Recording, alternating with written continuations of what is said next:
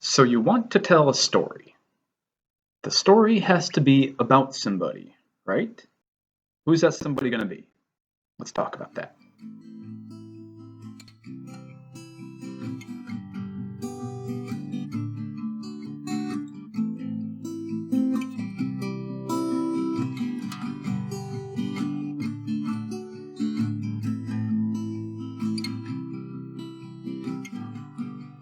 A guy has a problem to solve. Get the girl, find his purpose, bail his brother out of jail, climb a mountain. Dude, where's my car? Where's your car, dude? Etc. Use the Force, Katniss, when you take the ring to Mordor, but watch out for Daleks and Dementors along the way. In order to tell such a guy with a problem story, you gotta have a guy. Don't worry, the term guy is gender neutral, as I said. Also, I'm operating under the impression that you have at least a kernel of a story idea. If you don't have any idea about how to tell a story, what story you might want to tell, check out my video on generating story ideas. That might help you come up with the groundwork for what you're doing. Who's this guy gonna be? If you're looking to appeal to a wide variety of readers, and most of us who want to sell fiction anyway, you want your hero to be relatable but interesting. If he's too unique or unusual, your reader may find him intriguing, may feel strong emotions about him, positive or negative, but they won't be able to identify with him, which means they won't be able to believe in him, or not enough to get fully invested in the story anyway. On the other hand, if your hero is too much of an everyman, if there's nothing whatsoever unique or unusual about him, readers may relate to him, but they won't find him compelling enough to follow through a full story, unless it's really short. So here's a quick primer on creating characters. There are thousands of ways to do this, by the way. These are just a few of the methods that have worked for me. If you have a basic idea for a story, think about the world where that story takes place and what kind of people inhabit that world. Now, world here can mean a futuristic alien society, an elven fantasy realm, uptown Manhattan, or a thinly veiled fictional representation of your hometown high school. Whatever you want. What kind of people live there, work there, have fun, fight, or date there? And how does your hero fit into that world? Or how do they not fit into it? Even if you don't have an idea for your story yet, if you're looking to just start with character and build from the ground up, build your story around a character, you can absolutely do that. Many literary authors advocate this point of view. I don't think it's the only way to write a story, but if you're just starting from the groundwork and just trying to come up with a character, that's perfectly fine too. Either way, you're going to have to start with the most important characteristic of the character and build outward to the more peripheral traits. The most important characteristic of any character, of course, is what deep, strong desire pulls that character. We'll talk about the protagonist here, your hero of your story. What deep, strong desire pulls your protagonist, and what fundamental need underlies that desire? If your hero wants a date with the popular girl, what's his underlying need? If that's his goal, is his underlying need love and connection? He needs to be respected or admired. He needs some kind of status among his peers. He needs an escape from the bullying of his peers. Or is this romantic pursuit just another reason to feel sorry for himself and play the victim when she ignores him? Is he trying to build himself up or tear himself and others down? And why? What motivates that? These are all the internal core questions to think about when you think about character. These are the reasons for character to exist, the reasons for us as readers to want to follow along with characters, for us as movie watchers to want to invest in characters. Whatever approach you take, whether you're building the character in the world, building the hero in the world, or building the world around the hero, make a set of questions like the ones I just did for your character. Answer them, and you'll be well on your way to building a believable protagonist. What do they want? What do they really want? And what is their deep underlying need that they need to fulfill? What lesson do they need to learn? Because what they want and what they need may very well be at odds. As a matter of fact, in many of the best stories, it is, because that creates an internal conflict which only adds to the external conflict. Maybe your character getting his goal is not the best thing for him, and he needs to figure out something else. He needs to learn a lesson on that journey towards his goal that will make him a better, or at least a different, more interesting and more complex person. Just various ways of telling story here. What lesson does your character need to learn, or what is the deep need that he needs to fulfill? And what's his driving goal that he uses to try to meet what he sees as that need? Because characters don't usually know their needs. They know their wants, but they don't know their needs, just like people. So that's our jumping off point, creating our protagonist. Next, we'll answer the same sorts of questions for our antagonist. Even if you don't have a villain or a personal antagonist, if your antagonist isn't a person, if your hero is facing off against Mother Nature, for instance, or society, or existential angst and ennui, that opposing force still acts as a character in the story, and it requires its own characterization. Of course, it's nonsensical to talk about a tornado's desires, but that still doesn't mean that its nature and function can't be interesting, particularly in what it draws out of the characters who have to survive that tornado.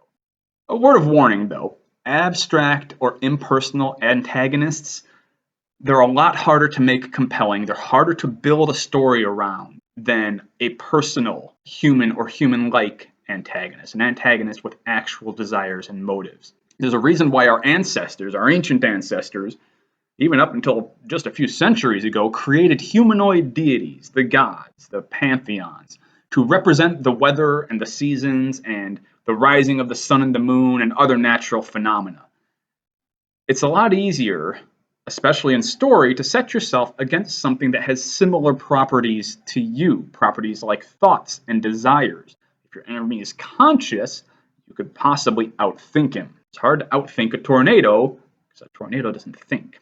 Personal antagonists just tend to be a lot more interesting. Don't get me wrong, you can write an impersonal antagonist well. Think of Mark Twain's Mississippi River, or Sebastian Junger's Perfect Storm, or the invisible feeling of powerless dread in the face of monstrous absurdity that you find in literally anything by Kafka and Camus. The chances are you'll find that tales without a personal antagonist are generally far more boring and forgettable than those with a personal, motivated villain. I'll cover abstract antagonists at another time. For now, I'm going to focus on personal antagonists since I think that's what most of us think about when we're thinking about characters. Once you have your protagonist, his or her driving desire, and the inner need that that hero must meet, which may, and again, often should, contradict the desire in some way, you need to find the opposing force. When coming up with your antagonist, then, you're coming up with your antagonist in light of your protagonist and what he or she wants and needs. So what kind of character would be best to oppose your protagonist's desire? Who else might exist in your hero's world who either A, wants what your hero wants, which only one of them can have, or B, wants the opposite of what your hero wants and is diametrically opposed to him or her. In either way, you're going to have a direct head-to-head conflict. If they both want the same thing, both guys want the girl, there's going to be conflict. That's why so many stories, not even romance-centered, still have love triangles in them, because it's a nice, easy way to create conflict. Two people wanting the same thing.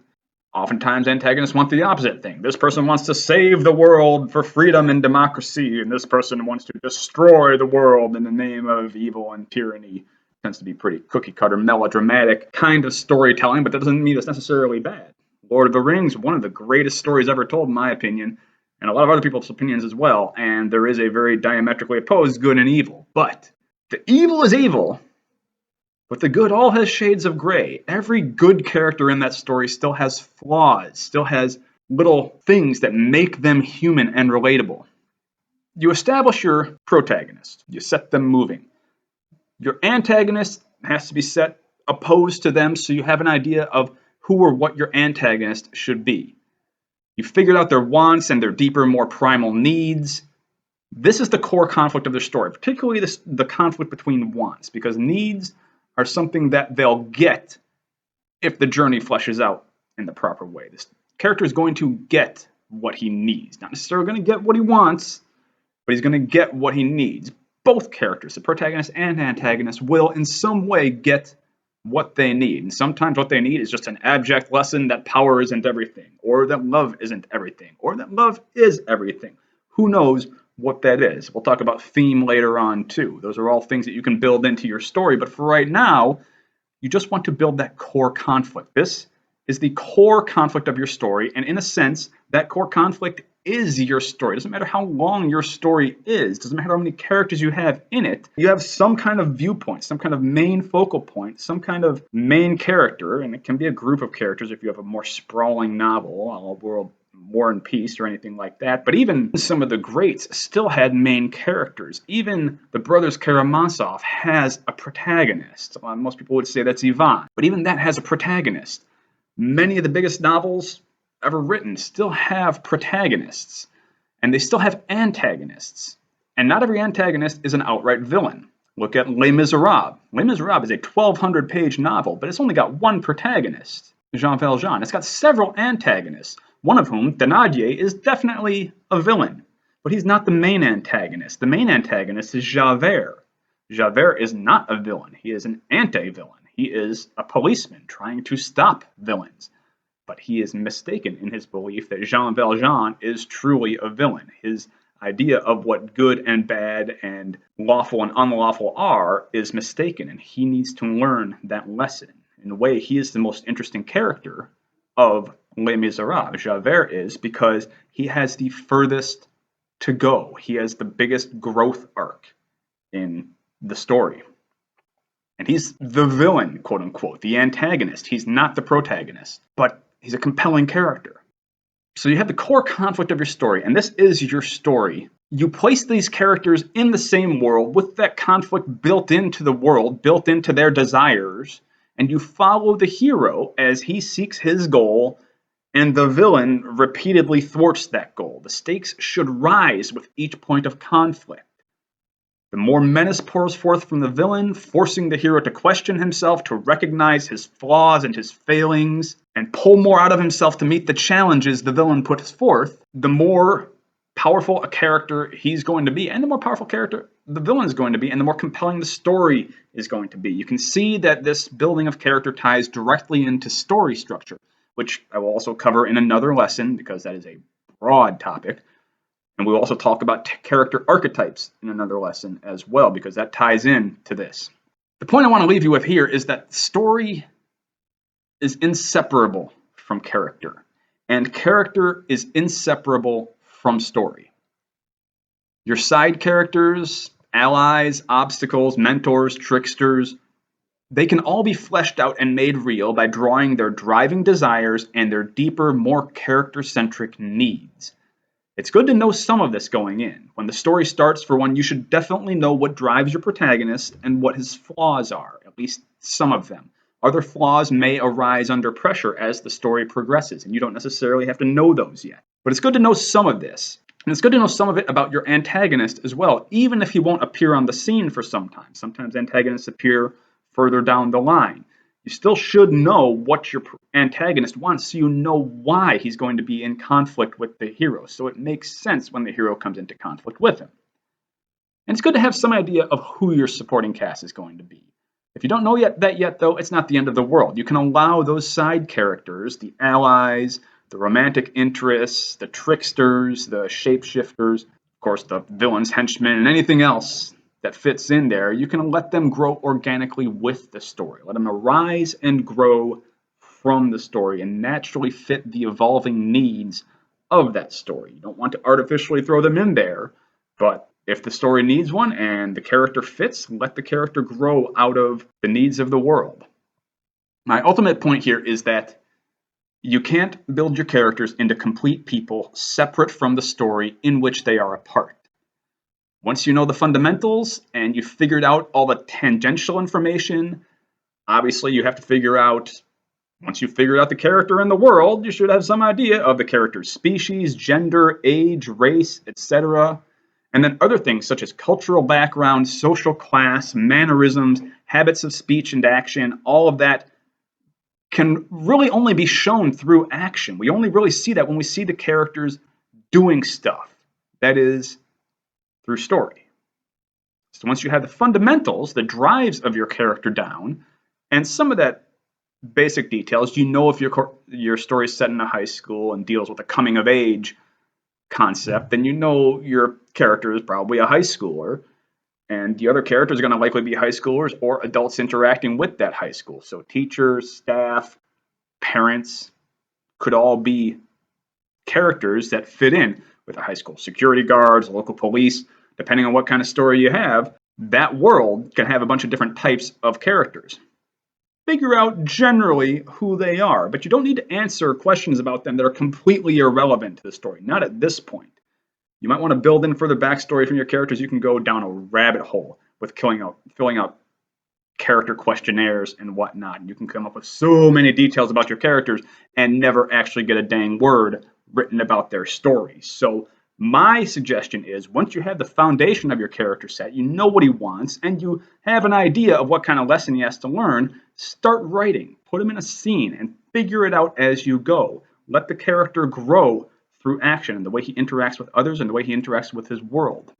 In order to figure out who your characters really are as people, you need to get them acting. And that means you need to start telling the story. And if you do your job, you will continue to learn more and more about your characters, right up until you type the end on your final draft.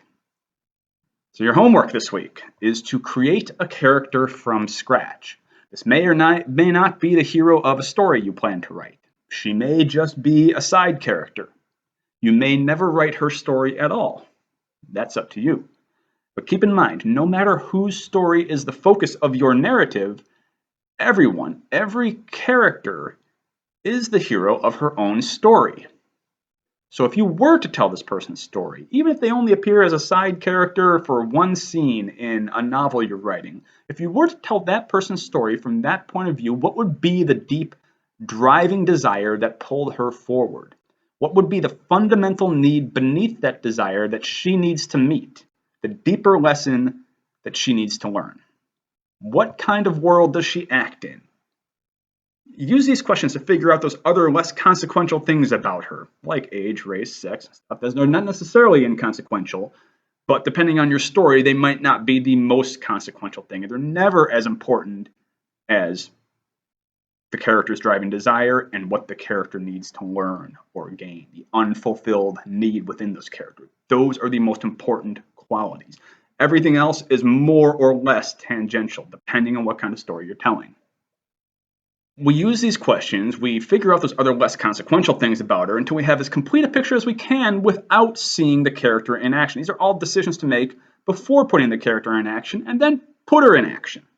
Write a scene introducing her, a scene including at least a little bit of conflict so we can see how she reacts under pressure. So you design the character and then put her in a scene. And then maybe, just maybe, you might find she's a strong enough character for you to tell her story. Good luck, my friends. Until next time, this has been Creative Writing Corner. I've been Luke J. Morris, and I wish you the best with your character creation. I'll talk to you soon. Hey there, fellow writer. Thanks for tuning in to Creative Writing Corner. I hope you got something valuable or at least ridiculous out of this episode. Please like the video, subscribe to the channel for more great writing tips and tricks, and if you have any writing questions, suggestions, or topics you'd like me to discuss, leave them in the comments below. Thanks again, my friend. Until next time, keep the words flowing.